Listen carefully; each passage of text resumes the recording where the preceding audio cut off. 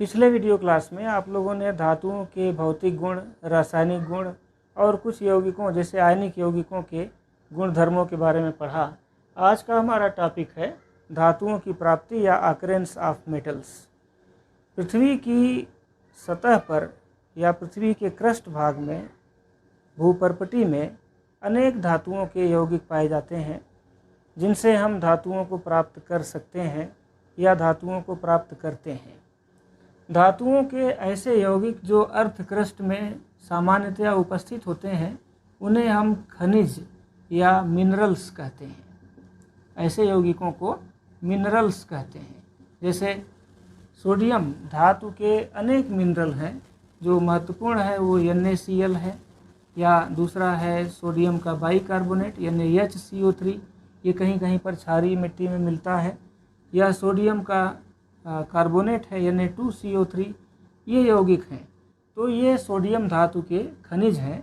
किंतु ऐसे खनिज जिनसे किसी धातु को, जैसे यहाँ पर सोडियम का ही उदाहरण लेंगे, ऐसे खनिज जिनसे किसी धातु को औद्योगिक स्तर पर, लार्ज स्केल पर और कम खर्च में प्राप्त किया जाता है, ऐसे खनिज को अयस्क या ओर कहते हैं।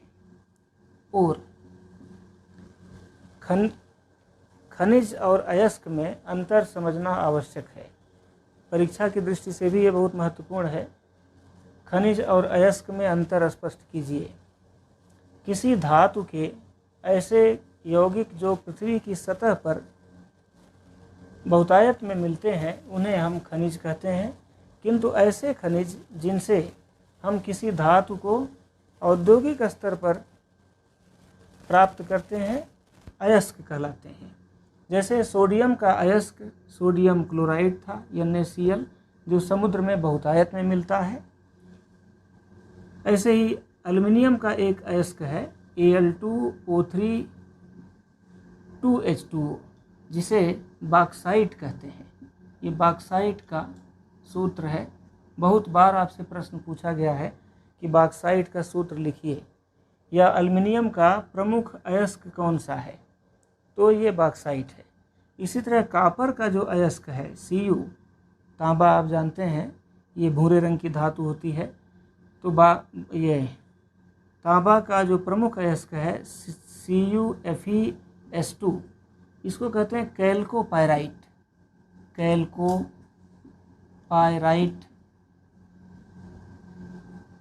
अब प्रश्न ये है कि जो अयस्क मिलते हैं पृथ्वी में, उसमें अनेक प्रकार की अशुद्धियाँ या इम्प्योरिटी होती हैं जिन्हें हम गैंग कहते हैं।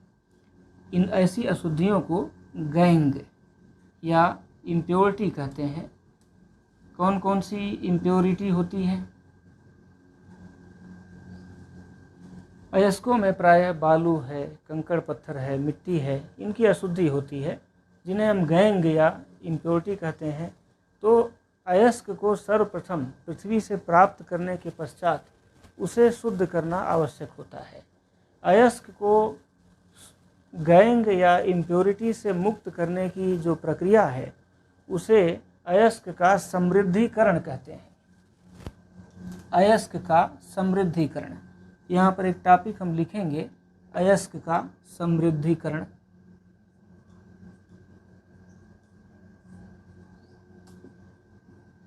समृद्धिकरण या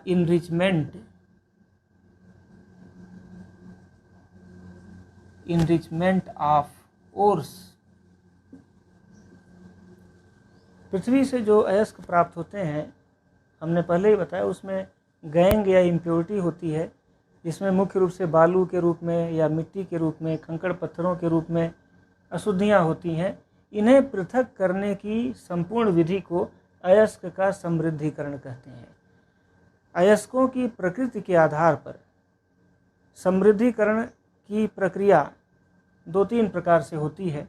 जैसे पहली प्रक्रिया, आपको पिछली कक्षाओं में यह बताया गया है कि अयस्कों के समृद्धिकरण हेतु पहली विधि है घनत्व पृथक्करण। घनत्व पृथक्करण, ग्रेविटी सेपरेशन। अनेक अयस्क भारी अयस्क होते हैं, जैसे आयरन के अयस्क या टिन के अयस्क। उनमें जो अशुद्धियाँ हैं, यदि वो हल्की अशुद्धि हैं तो उन्हें बहते हुए जल में धोते हैं और जो अशुद्धियाँ हैं वो दूर तक बह जाती हैं, जबकि बारीक पिसा हुआ अयस्क कुछ दूरी तक ही इकट्ठा हो जाता है, जिसे हम अलग कर लेते हैं। धातुओं को पृथक करने की, धातु के अयस्कों को पृथक करने की यह विधि घनत्व पृथक्करण कहलाती है। दूसरी विधि है चुंबकीय पृथक्करण। चुंबकीय पृथक्करण, मैग्नेटिक सेपरेशन, पृथक्करण या मैग्नेटिक सेपरेशन। इस विधि में चुंबकीय अयस्कों को, अनेक अयस्क चुंबक द्वारा आकर्षित होते हैं, जैसे आयरन के अयस्क, इन्हें पृथक किया जाता है। इस विधि में चुंबकीय अयस्कों को बारीक पीसकर और एक चुंबकीय बेल्ट पर, पट्टे पर विशेष प्रकार का उपकरण होता है, जिसमें एक हापर की सहायता से, हापर अर्थात आप देखते होंगे गेहूँ पिसवाने जाते हैं तो एक हापर में गेहूँ डाल दिया जाता है, एक बड़ी सी कीप होती है। तो हापर में जब चुंबकीय अयस्क को डालते हैं तो वह धीरे धीरे एक चुंबकीय पट्टे पर गिरता है, जो पट्टा लगातार घूमता है। तो घूमते हुए पट्टे पर चुंबकीय अयस्क गिराने पर उसमें अशुद्धियाँ दूर गिरती हैं और चुंबकीय अयस्क अलग हो जाता है। तो यह दूसरी विधि हो गई। तीसरी विधि जो है फेन प्लवन विधि। फेन प्लवन विधि, इस विधि में हम सल्फाइड अयस्कों का शोधन करते हैं या सल्फाइड अयस्कों का समृद्धिकरण करते हैं। इस विधि में जैसे आयरन का सल्फाइड है FeS है, या अभी हमने बताया था कैल्कोपायराइट है CuFeS2 है, या क्यूप्रिक सल्फाइड है क्यूप्रस सल्फाइड Cu2S है। इन सल्फाइड अयस्कों का सांद्रण किया जाता है। तो सल्फाइड अयस्कों की विशेष बात ये होती है कि ये तेल में भीग जाते हैं या तेल में घुलते हैं, मिलते हैं। जैसे तारपीन का तेल अगर हम अयस्कों पर डालें तो अयस्क उसमें भीग जाते हैं। तो इस विधि में हम जल से भरे हुए एक टैंक में, ये टैंक है जिसमें पानी भरा हुआ है और ऊपर तारपीन का तेल जो कि चीड़ के पेड़ से प्राप्त होता है, तारपीन का तेल यहाँ पर ऊपर डालते हैं और बारीक पिसा हुआ अयस्क, सल्फाइड अयस्क इसमें डाल देते हैं, मिला देते हैं और एक ब्लोअर की सहायता से इसमें हवा का झोंका प्रवाहित करते हैं। ये ब्लोअर का एक रेखा चित्र है इस तरह से। तो इस ब्लोअर में बहुत से छोटे छोटे छिद्र हैं और जब इसमें हवा का झोंका प्रवाहित करेंगे तो इन छिद्रों के माध्यम से हवा इस टैंक में, पानी में बाहर निकलती है। जब अयस्क को इसमें डाला जाता है तो अशुद्धियाँ पानी में भीगकर नीचे बैठ जाती हैं, जबकि सल्फाइड अयस्क ये तेल में भीगकर झाग के रूप में ऊपर इकट्ठा हो जाता है। इस प्रकार हम सल्फाइड अयस्क को इस विधि से, फेन प्लवन विधि से अलग कर लेते हैं। इसमें फेन अर्थात झाग, प्लवन अर्थात तैरना। तो झाग ऊपर तैरता है, इस टैंक में हम सल्फाइड अयस्कों को अलग कर लेते हैं। ये तीन विधियां थी जो कि अयस्कों के इनरिचमेंट के लिए अर्थात अयस्कों में उपस्थित अशुद्धियों को दूर करने के लिए थी। अब बारीक पिसे हुए अयस्क या इनरिच्ड अयस्क, समृद्ध अयस्क से हम धातु कैसे प्राप्त करेंगे, इसके लिए अनेक प्रक्रियाएं अपनाई जाती हैं। यहाँ पर एक शब्द आता है धातु कर्म। धातु कर्म या मेटलर्जी।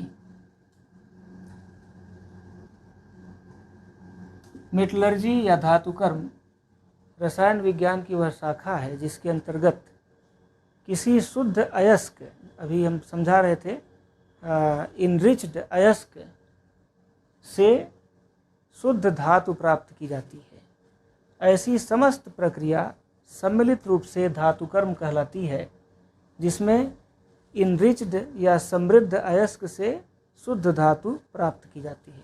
इसमें अनेक प्रक्रियाएं आती हैं, जैसे अयस्क का भर्जन करते हैं, भर्जन अर्थात भूनते हैं, ऑक्सीजन की उपस्थिति में अयस्क के गलनांक से कम ताप तक गर्म करते हैं, तो यह प्रक्रिया कहलाती है भर्जन या रोस्टिंग। दूसरी प्रक्रिया है कैल्सिनेशन या निस्तापन। कैल्सिनेशन को निस्तापन कहते हैं। जब वायु की अनुपस्थिति में, भर्जन तो उपस्थिति में हो रहा था और निस्तापन अनुपस्थिति में होता है, तो भर्जन और निस्तापन में ऑक्सीजन की उपस्थिति अनुपस्थिति का अंतर है।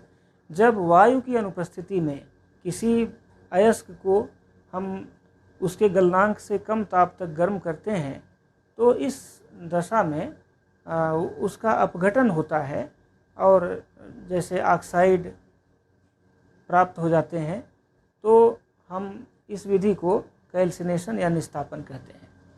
यहाँ पर धातुकर्म में अभी हमने बताया कि भर्जन या निस्तापन, ये दो प्रक्रियाओं के पश्चात तीसरी जो प्रक्रिया है प्रगलन। प्रगलन में यदि बारीक पिसे हुए अयस्क में अगलनीय अशुद्धि है तो उसे दूर करने हेतु किसी गालक का प्रयोग करते हैं, अथवा उसमें यदि कोई किसी पदार्थ का अपचयन करना है, जैसे ऑक्साइड अयस्क हैं उनका अपचयन करना है, तो किसी अपचायक का भी प्रयोग करते हैं। तो गालक और अपचायक के साथ जब हम निस्तापित या भर्जित अयस्क को गर्म करते हैं तो यह क्रिया प्रगलन कहलाती है, स्मेल्टिंग कहलाती है। और अंत में धातु का जो धातु प्राप्त होगी इस विधि से, उसका शोधन करते हैं।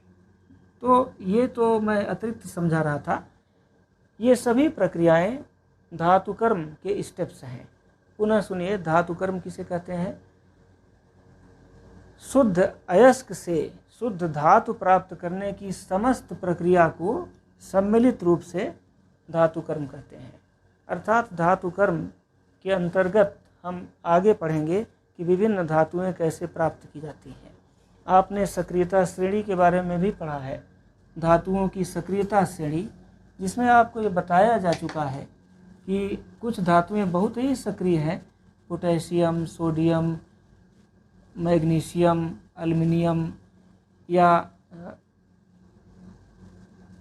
Zinc, iron, lead, copper, silver, gold, A U platinum, ये धातुएं हैं। इनमें जो हमने ऊपर लिखा है, ये धातुएं अत्यंत सक्रिय हैं। ये सदैव किसी न किसी यौगिक के रूप में पाई जाती हैं, तो इन्हें पृथक करना थोड़ा कठिन होता है और इनका अपचयन न करके सीधे इलेक्ट्रोलाइटिक ये विधि से इन्हें अलग किया जाता है।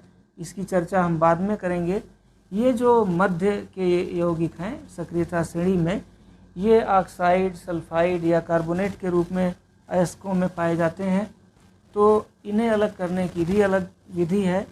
और ये जो तीसरे प्रकार के तत्व हैं, कॉपर, सिल्वर, गोल्ड, प्लेटिनम, ये अत्यंत निष्क्रिय तत्व हैं। ये प्रकृति में या तो स्वतंत्र अवस्था में पाए जाते हैं, जिसे हम एज सच उसी रूप में प्राप्त कर लेते हैं, अथवा कुछ तत्व जैसे सिल्वर है या कॉपर है या मरकरी है, ये कुछ यौगिकों के रूप में भी पाए जाते हैं, तो उन यौगिकों से हम इन धातुओं को प्राप्त करते हैं।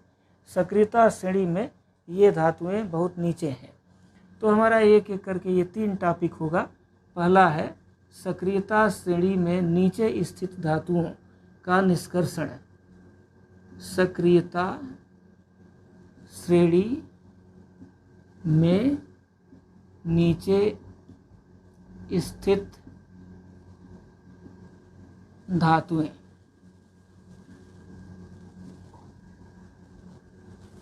या metals below in the activity series. Metals below in the activity series, इसके अंतर्गत हमने पहले ही बताया कि ये धातुएं हैं जो स्वतंत्र अवस्था में भी हो सकती हैं, तो उन्हें हम उसी रूप में प्राप्त कर लेते हैं। किंतु ये धातुएं कभी कभी सल्फाइड के रूप में या ऑक्साइड के रूप में पाई जाती हैं, जैसे कॉपर का सल्फाइड है या मरकरी का सल्फाइड है, ये पाई जाती हैं। तो इन्हें अलग करने हेतु कुछ अभिक्रियाओं का प्रयोग करते हैं जिसे मैं समझा रहा हूँ। जैसे यहाँ पर एक समीकरण इसके लिए कॉपर के निष्कर्षण के लिए लिखेंगे कि कॉपर जो है Cu2S ये सल्फाइड के रूप में या पायराइट के रूप में मिलता है पृथ्वी में, तो इसका हम सर्वप्रथम भर्जन करते हैं, वायु की उपस्थिति में इसे गर्म करते हैं।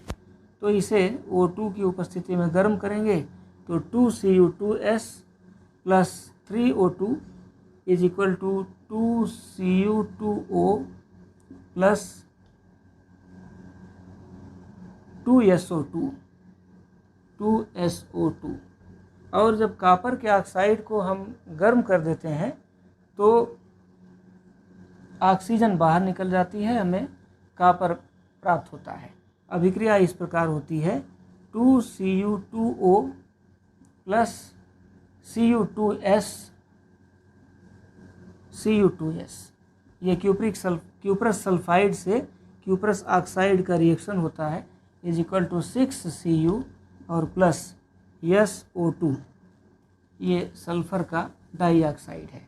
यहाँ पर दो स्टेप में कॉपर के सल्फाइड का सर्वप्रथम भर्जन कराया गया, रोस्टिंग कराया गया, ऑक्सीजन की उपस्थिति में इसके गलनांक से कम ताप तक गर्म किया गया, ऑक्साइड प्राप्त हुआ।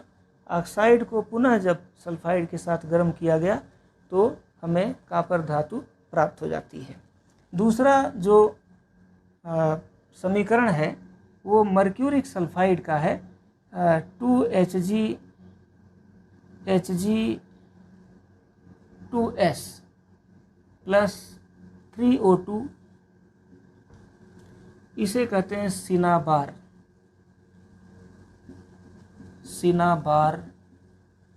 ये मरकरी का एक अयस्क है जिसका हम सबसे पहले भर्जन करते हैं और भर्जन करने पर हमें मर्क्यूरस ऑक्साइड प्राप्त होता है 2Hg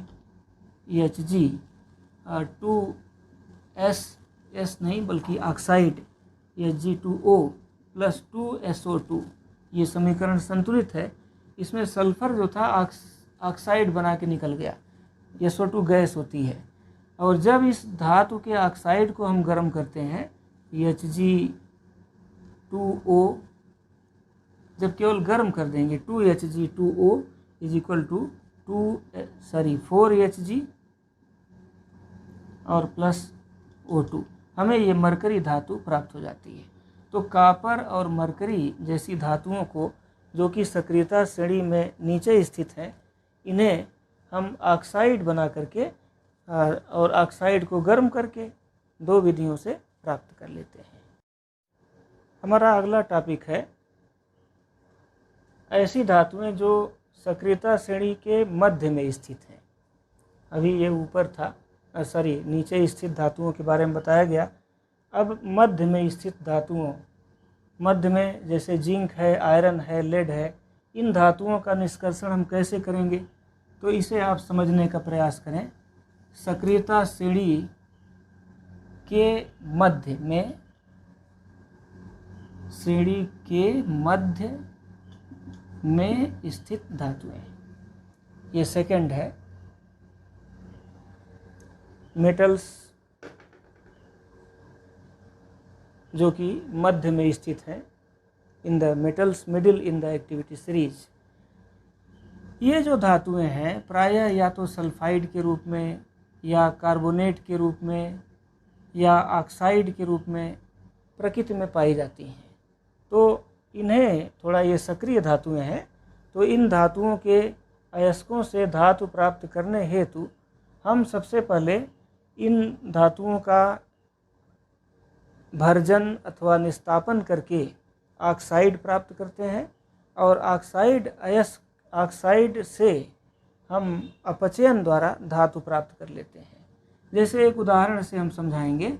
मान लीजिए जिंक है, जिंक का सल्फाइड है, सल्फाइड अयस्क के रूप में, या जिंक का कार्बोनेट है, ये अयस्क हो सकते हैं। तो यदि हम इसे गर्म करें ऑक्सीजन की उपस्थिति में, Zn plus ZnS plus O2 is equal to ZnO plus SO2। तो ये 2ZnS plus 3O2 is equal to 2ZnO plus 2SO2, ये समीकरण है। यहाँ पर जिंक का ऑक्साइड प्राप्त हो गया। दूसरा, ये चूँकि ऑक्सीजन के प्रति इनकी एफिनिटी अधिक है। एफिनिटी जैसे सल्फर के सापेक्ष ऑक्सीजन से अधिक एफिनिटी थी। एफिनिटी अर्थात जुड़ने की क्षमता। तो यहाँ पर और इसका यहाँ भर्जन किया गया। भर्जन, यदि हम निस्तापन करें, निस्तापन का अर्थ है वायु की अनुपस्थिति में गर्म करें, तो प्राप्त होता है ZnO प्लस CO2। यहाँ भी ZnO या जिंक ऑक्साइड प्राप्त हो गया। अब इस जिंक ऑक्साइड का अपचयन करके हम जिंक धातु को प्राप्त कर सकते हैं। जैसे अपचयन के लिए अब जिंक ऑक्साइड का अपचयन करने हेतु किसी अपचायक का प्रयोग करना होगा, तो अपचायक के रूप में प्रायः कार्बन का प्रयोग किया जाता है। कार्बन का प्रयोग करके हम इसका अपचयन करेंगे। जैसे समीकरण है, यदि हम जिंक ऑक्साइड को कार्बन के साथ गर्म कर दें तो प्राप्त होता है Zn प्लस CO। यहाँ ऑक्सीजन की संयोजन क्षमता कार्बन से अधिक होने के कारण यह जिंक से अलग हो जाता है और जिंक का अपचयन, जिंक के ऑक्साइड का अपचयन हो जाता है। दूसरी विधि ये है कि जिंक धातु, ये तो पहली विधि था अपचायक का प्रयोग करके, और दूसरी विधि है कि ये जो ऑक्साइड हमें प्राप्त हुआ, यदि हम किसी अधिक सक्रिय तत्व जैसे एल्युमिनियम है, सोडियम है, पोटेशियम है, मैग्नीशियम है, इनके साथ यदि गर्म कर दें, मान लीजिए ZnO प्लस Mg धातु के साथ गर्म करें तो प्राप्त हो जाएगा MgO प्लस Zn। क्योंकि जिंक कम सक्रिय तत्व है और मैग्नीशियम अधिक सक्रिय तत्व है, यहाँ दिखाया गया। तो अधिक सक्रिय तत्व कम सक्रिय तत्व को विस्थापन कर देगा। इस ऑक्साइड से, जिंक के ऑक्साइड से जिंक धातु प्राप्त करने की दो विधियां हैं, पहली अपचयन द्वारा और दूसरी विस्थापन द्वारा। इन दो विधियों से हम जिंक धातु को प्राप्त कर सकते हैं। अधिक सक्रिय धातु का प्रयोग करके, उल्टा बोल गया, पुनः सुनिए, कम सक्रिय धातु को अधिक सक्रिय धातु का प्रयोग करके विस्थापित करके हम अनेक धातुएं प्राप्त करते हैं। जैसे आयरन है या मैंगनीज है। उदाहरण के तौर पर यहाँ पर मैं 2-3 समीकरण लिखकर समझाना चाहूँगा। जैसे मैंगनीज ऑक्साइड है MnO2, ये काले रंग का पाउडर होता है जिसका प्रयोग ड्राई सेल या शुष्क सेल में किया जाता है। यदि हम इस मैंगनीज डाइऑक्साइड का प्रयोग करें, एल्युमिनियम के साथ गर्म करें Al, तो यहाँ पर 3Mn plus 4Al is equal to 3Mn और प्लस 2Al2O3। यहाँ समीकरण पर ध्यान दीजिए। एल्युमिनियम, ये 4 एटम है, यहाँ पर बैलेंस है, और 3 दूनी 6 ऑक्सीजन है, वो भी बैलेंस है। तो यहाँ पर मैग्नीज का जो डाइऑक्साइड था, ये अधिक सक्रिय एल्युमिनियम के साथ गर्म करने पर ये प्राप्त हो गया। इसी प्रकार से यदि हम चाहें तो आयरन, जैसे Fe2O3 आयरन का ऑक्साइड है, इसे भी अगर हम कार्बन के साथ गर्म करें, कार्बन तो अपचायक है, कार्बन नहीं बल्कि एल्युमिनियम के साथ गर्म करें Al, 2Al, तो प्राप्त होगा Al2O3 प्लस 2Fe। यहाँ पर महत्वपूर्ण बात है, एल्युमिनियम चूँकि सक्रिय तत्व है, एल्युमिनियम आयरन से सक्रिय तत्व है, जब हम गर्म करेंगे आयरन के ऑक्साइड को तो आयरन हमें प्राप्त हो जाएगा एल्युमिनियम का प्रयोग करके। ये दोनों अभिक्रियाएं जिसमें एल्युमिनियम का प्रयोग करके हम ऑक्साइडों से धातुओं का विस्थापन करते हैं, ये ऊष्माक्षेपी अभिक्रियाएं हैं और इसमें बहुत अधिक ऊष्मा उत्पन्न होती है। इतनी ऊष्मा उत्पन्न होती है कि जो मुक्त हुई धातु है वो पिघली हुई दशा में प्राप्त होती है। इसलिए ये जो आयरन है, इस अभिक्रिया द्वारा जो आयरन प्राप्त हुआ, पिघली हुई दशा में प्राप्त हुआ, इसका प्रयोग हम धातुओं की वेल्डिंग करने में, या आयरन का कहीं पर क्रैक है उसको जोड़ने में, या कभी कभी रेल की पटरियों के टूटने पर या क्रैक हो जाने पर उसमें भर देते हैं आयरन। इस विधि से जो आयरन प्राप्त हुआ तो वहाँ पर भी वेल्डिंग करने में इसका प्रयोग करते हैं। यह विधि जो वेल्डिंग करने की विधि है, इसको एल्यूमिनोथर्मिक विधि कहते हैं। एल्यूमिनोथर्मिक विधि। एल्यूमिनोथर्मिक विधि से एल्युमिनियम धातु का प्रयोग करके हम किसी कम सक्रिय तत्व जैसे मैग्नीज या आयरन का अपचयन कर देते हैं। आयरन के ऑक्साइड का अपचयन करके ये धातु मैग्नीज और आयरन प्राप्त कर लेते हैं।